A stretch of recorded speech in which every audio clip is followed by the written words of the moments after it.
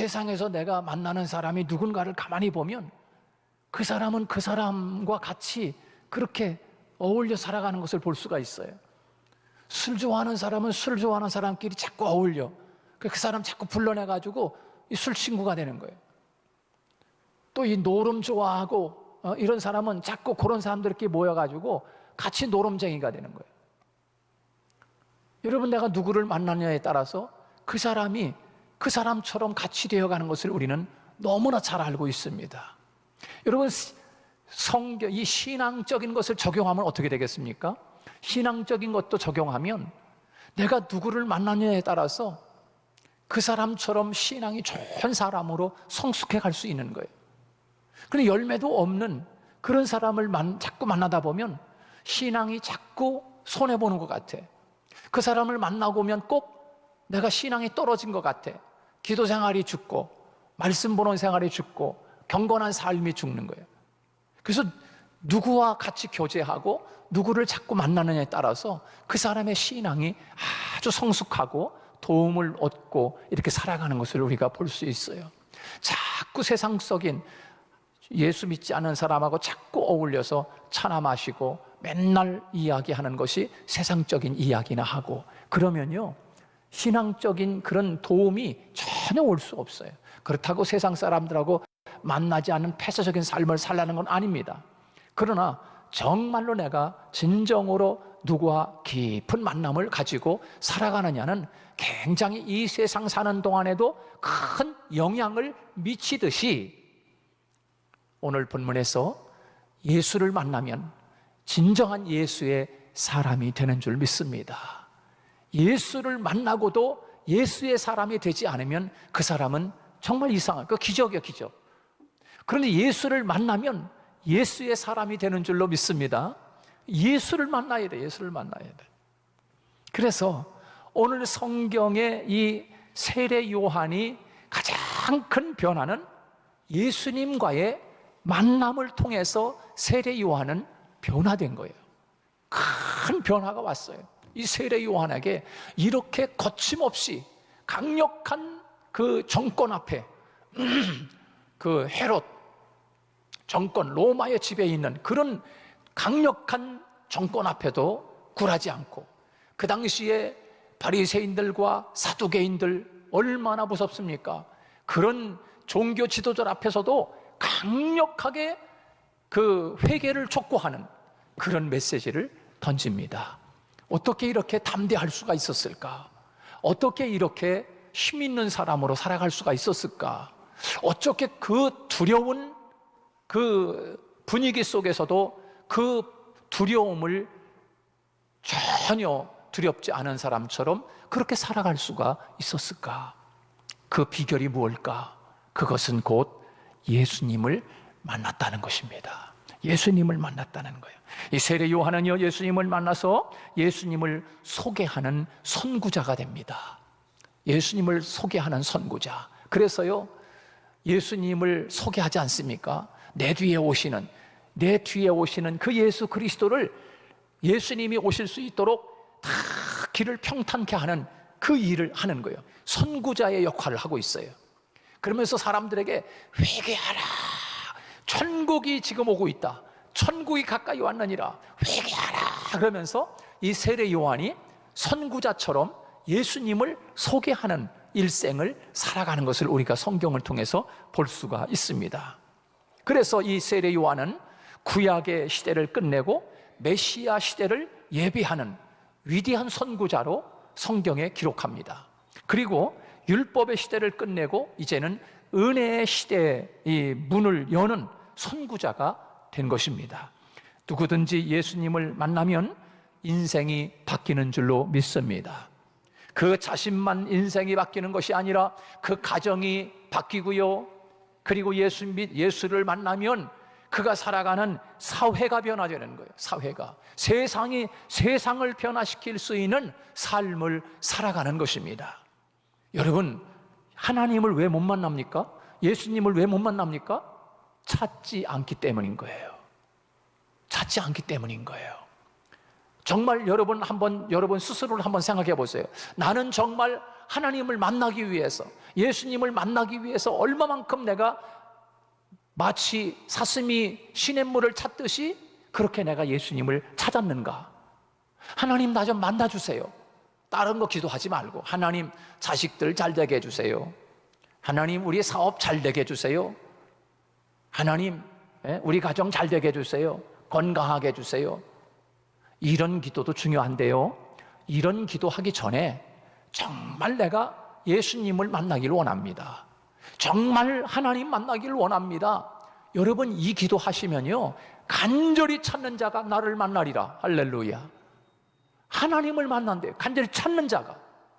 물론 그렇게 찾지 않아도 그냥 우리의 이 영적인, 정신적인, 육체적인 우리의 영적인 것이 하나님이 계심을 믿어. 그냥 모태신앙부터 시작해가지고 그냥 하나님이 계심을 그냥 믿는 사람이 있어. 그냥 믿음이 가. 그렇게 믿는 사람이 있는가 하면, 그러지 않고 정말 예수님을 실질적으로 만나면 그 삶이 완전히 달라지는 거예요. 예배 태도가 달라지고요, 하나님 앞에 나오는 태도가 달라지고, 교회를 생각하는 마음이 달라지고요, 신앙생활이 달라지고요, 그리고 인생의 가치관과 인생의 목표와 비전이 달라지는 거예요. 하나님을 만나고 예수 그리스도를 만나면 달라지게 되어 있어요. 근데 성경에 주님이 우리에게 약속했잖아요. 나를 찾으면 너 만날 거야. 너희들 만날 거야. 나를 간절히 찾는 자가 나를 만나리라. 할렐루야. 이 약속의 말씀을 여러분이 붙잡고 한번 해보세요. 그리고 하루에 한 번씩이라도 하나님의 성전에 올라와서 하나님 나 좀 만나주세요. 여러분, 이렇게 악한 시대에 전염병이 돌고 있는 이때에 여러분, 하나님 만나야 사는 줄로 믿으시기 바랍니다. 하나님이 우리의 방패, 하나님이 우리의 산성, 하나님이 우리의 피할 바위요, 하나님이 우리의 날개 그늘 아래 주님이 우리들을 보호하시기 때문입니다. 이런 때 기도 안 하면 언제 기도할 것입니까? 여러분, 이 세상에 세상 권력을 가지고 있는 그 사람을 만나면, 이 전염병에서 걱정 없어라고 한다면 그런 사람 만나려고 혈안이 될 거예요. 여러분, 이 세상에 돈을 많이 가지고 있는 사람을 만나기만 하면 나는 전염병하고 상관없는 사람이 돼, 그런다면 그런 사람을 찾아 만날 수 있을 거예요. 그러나 여러분, 이렇게 악한 때에 여러분, 그 권력이 무슨 힘이 있습니까? 돈이 무슨 힘이 있습니까? 지식이 무슨 힘이 있습니까? 여러분, 저와 여러분을 지켜주실 수 있는 분은 오직 우리의 하나님, 예수 그리스도, 성령 하나님인 줄 믿으시기 바랍니다. 이 하나님을 찾아야 되는 거예요. 이 하나님을 찾아야 돼. 그래야 여러분, 우리가 주님의 날개 그늘 아래 보호를 받을 수가 있는 것이에요. 여러분, 다윗을 보십시오. 다윗이 그 엄청난 그 사울의 칼날에 피하여 도망다니지 않습니까? 사울 한 사람을 잡는 거 참 어떻게 보면 쉬울 수 있잖아요. 그 사울의 군대가 얼마나 많습니까? 그러니 그 다윗 그 한 사람 잡아내는 거야 우습지 않습니까? 그런데 여러분 보세요. 그 다윗을 하나님이 숨겨두니까, 하나님이 보호해 주시니까 다윗을 못 잡아요. 심지어는 다윗이 숨어있는 굴 속에 사울이 들어옵니다. 그래도 못 잡아. 다윗을 못 잡아. 왜? 하나님이 숨겨두고 있는 거야. 하나님이 보호하시는 거라니까요. 그 다윗이 이런 고백을 합니다. 천만인이 나를 진칠지라도 나는 두려워하지 않는다. 왜? 하나님이 나의 방패가 되어주시기 때문에. 그래서 다윗은 시편 18편에서 이렇게 이야기합니다. 나의 힘이 되신 여호와여, 내가 주를 사랑하나이다. 왜 사랑할까요? 왜 힘이 될까요? 하나님은 나의 방패, 하나님은 나의 산성, 하나님은 나의 요새, 하나님 나의 피할 바위시요. 할렐루야. 다윗이 그렇게 고백을 하고 있어요. 여러분, 피할 바위가 되시는 하나님께 피하는 지혜로운 여러분 되시기를 축복합니다. 힘이 되어주시는 그 하나님 앞에 가까이 나아가기를 주님의 이름으로 축복합니다. 하나님은 하나님을 간절히 찾고 있는 그 다윗을 하나님이 품고 있는 거예요. 하나님이 붙잡고 계시는 거예요. 그래서 다윗은 하나님을 만나서 하나님과 함께 살아가는 그런 삶을 살아가는 것을 볼 수가 있습니다. 사랑하는 여러분, 오늘 본문 말씀에서도 보면 이 세례 요한이 어떻게 이렇게 나약한 한 인간이 그 엄청난 권력 앞에 굴하지 않고 어떻게 이렇게 경건한 하나님의 사람으로서의 삶을 살아낼 수가 있었을까? 그것은 바로 예수 그리스도를 만났기 때문이고, 예수 그리스도를 만나서 세례 요한은 일생을 주님을 전하는 선구자로 살아가는 것을 볼 수가 있습니다. 이것이 아주 정상적인, 아주 바른 주님을 섬기는 아름다운 케이스라고 우리가 볼 수가 있습니다. 여러분, 우리도 예수 그리스도를 만나고 주님을 전하는 그런 복음의 선구자들이 다 될 수 있기를 축복합니다. 그렇습니다. 세례 요한은 예수님을 누구라고 생각했느냐면요, 오늘 본문 말씀에서도 보면 하나님의 어린 양, 세상 죄를 지고 가는 하나님의 어린 양으로 깨닫게 됩니다. 그전에는 예수 그리스도를 몰랐다고 성경에 오늘 본문에서도 그렇게 소개를 하고 있습니다. 나는 예수님을 몰랐어. 그런데 예수님을 보면서, 예수님을 만나면서 이 세례 요한은 예수님을, 분명한 예수님을 만나게 되는 거예요. 그래서 예수님을 보는 순간에 보라, 세상 죄를 지고 가는 하나님의 어린 양이로다. 우리의 인류의 모든 죄를 지고 가는 하나님이 보내주신 양이라는 거예요. 여러분, 이렇게만 이야기하면요, 그 당시에만 해도 구약시대 때부터 지금까지 쭉 이 세례 요한 시대까지 내려오면서 양, 죄를 지고 가는 양 그러면 다 알아들었어요. 왜? 인간의 죄를 대속해주는 그것이 바로 짐승이기 때문에. 그래서 우리의 모든 죄를 용서받기 위해서는 소나 양이나 염소를 끌고 와서 그 양이 그 한 사람을 대신해서 죽었어요. 그 한 사람이 지은 죄값으로 양이 대신 죽는 거야. 피를 흘렸어요.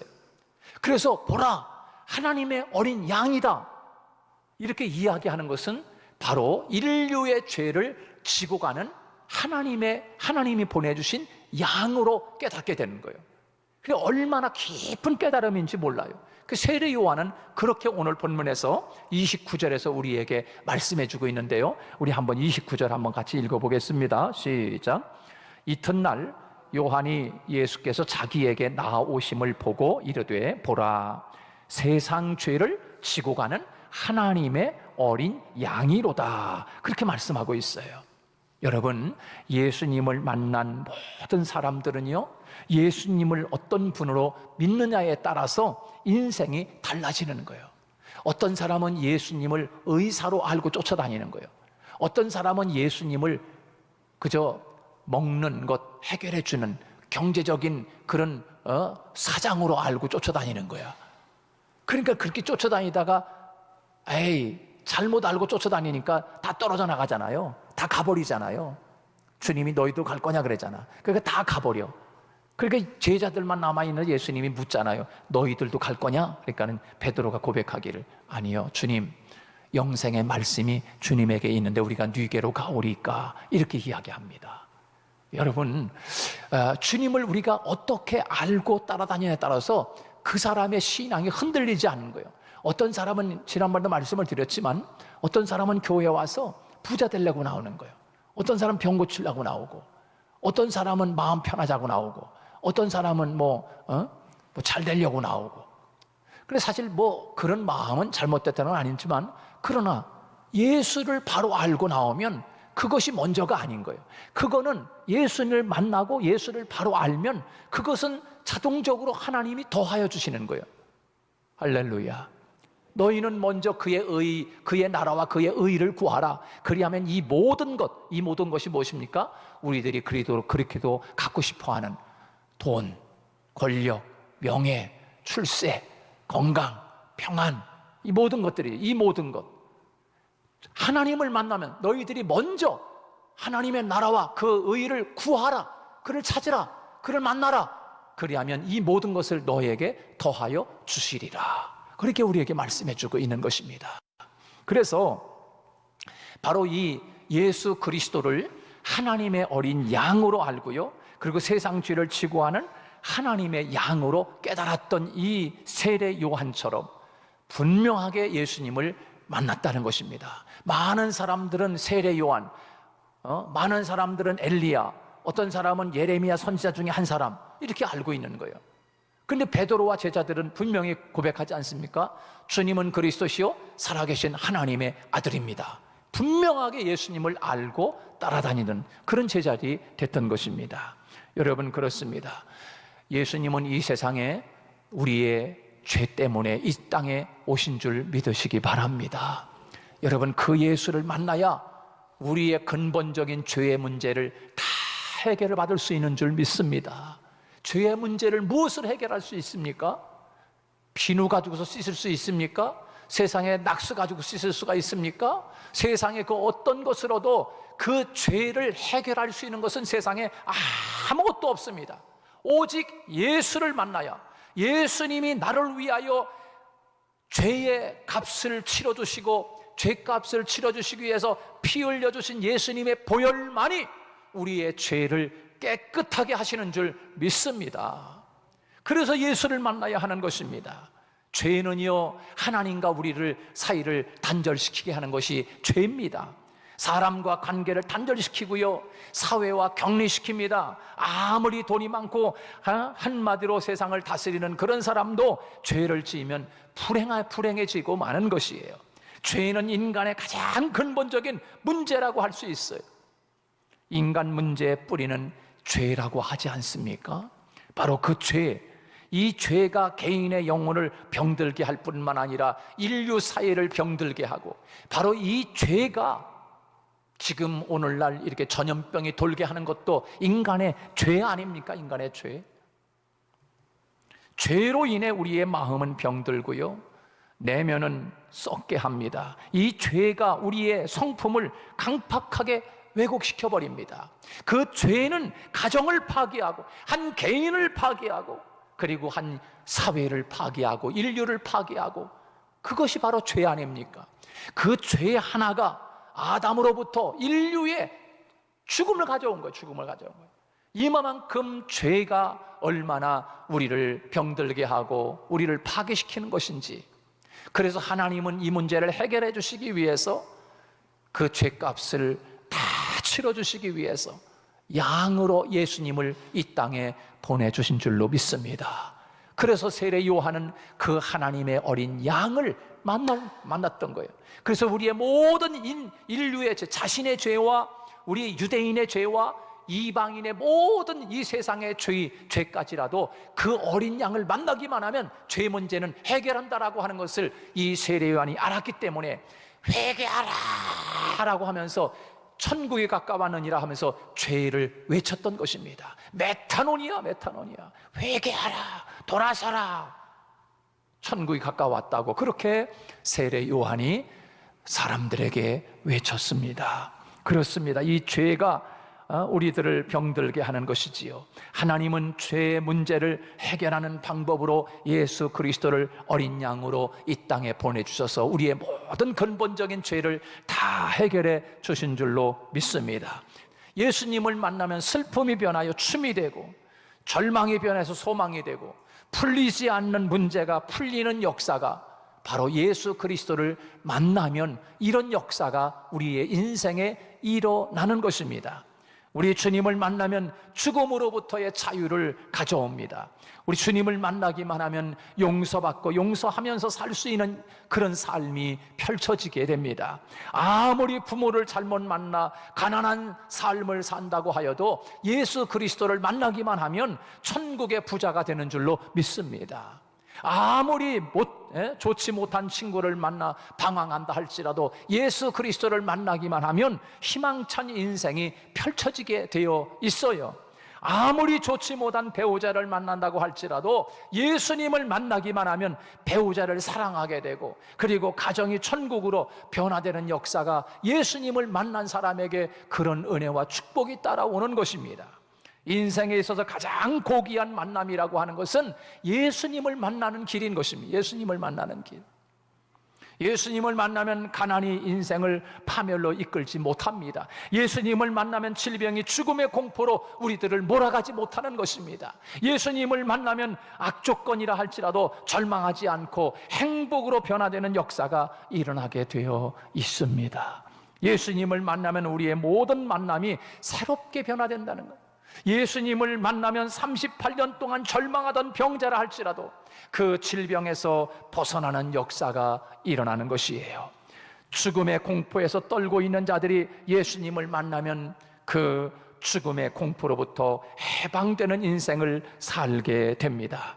여러분, 이 세례 요한도 예수님이 이런 예수님인 줄 몰랐습니다. 그런데 진짜로 그 예수님을 만나고 보니까 그 예수 그리스도를 통해서 우리 인생의 모든 문제가 해결된다는 사실을 이 세례 요한이 알고 있었던 거예요. 깨닫게 된 거예요. 언제? 바로 예수님을 세례를 줄 때 하늘에서 소리가 들리고 성령이 비둘같이 내리는 것을 보면서 그때 이분이 바로 그분이로구나 라고 깨닫고 있는 것을 볼 수 있지요. 그래서 오늘 본문에 뭐라고 되어 있습니까? 우리 한번 같이 읽어봅니다. 다 같이 31절 말씀입니다. 다 같이 시작. 나도 그를 알지 못하였으나 내가 와서 물로 세례를 베푸는 것은 그를 이스라엘에 나타내려 함이니라 하니라. 그렇게 말씀해 주고 있어요. 그리고 또 32절 같이 시작.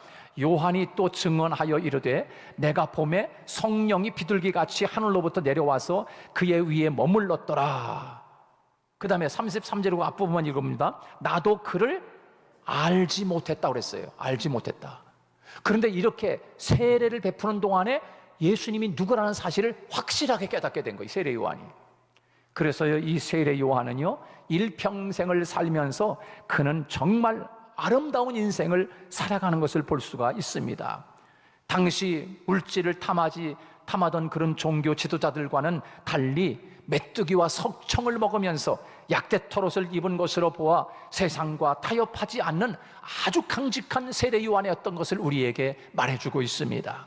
자신의 소명을 직시하고 그 소명에 투철했던 사람이 바로 세례 요한입니다.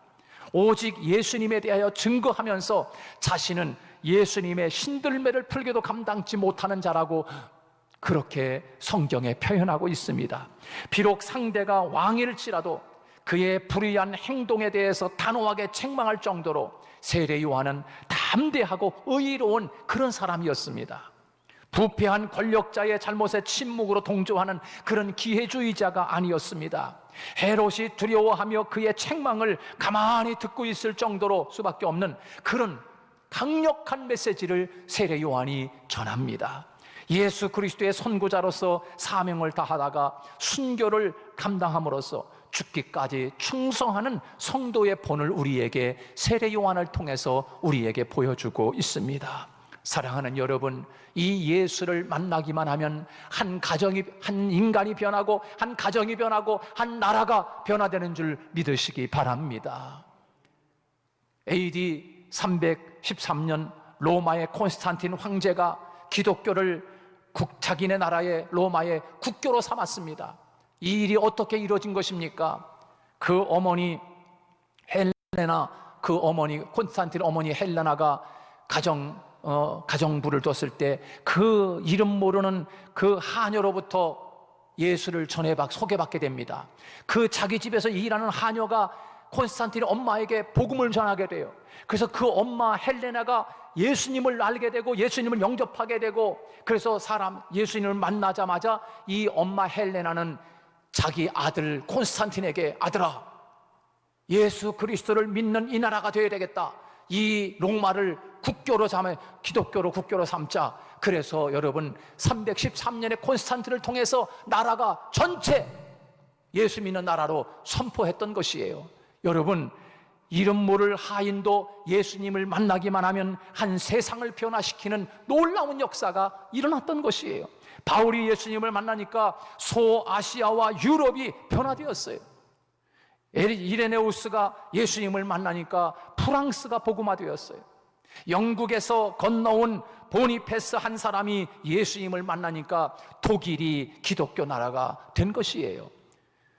패트닉이라고 하는 16세 난 포로 소년 한 사람이 예수님을 만나니까 아일랜드가 복음화된 거예요. 언더우드 한 사람이 예수님을 만나니까 이 한반도 땅에 한국 땅에 복음의 씨를 뿌리자 한국 땅이 변하기 시작한 것이에요. 아도니람 저스틴 한 사람이 예수님을 만나니까 미얀마가 복음화되는 거예요. 허드슨 테일러 한 사람이 예수님을 만나니까 중국이 변화되기 시작하는 거예요. 예수 믿는 사람이 점점 늘어나는 거예요. 사랑하는 여러분, 오늘 우리도 다른 것도 다 중요하지만 그 예수를 만나는 저와 여러분 되시기를 주님의 이름으로 축복합니다.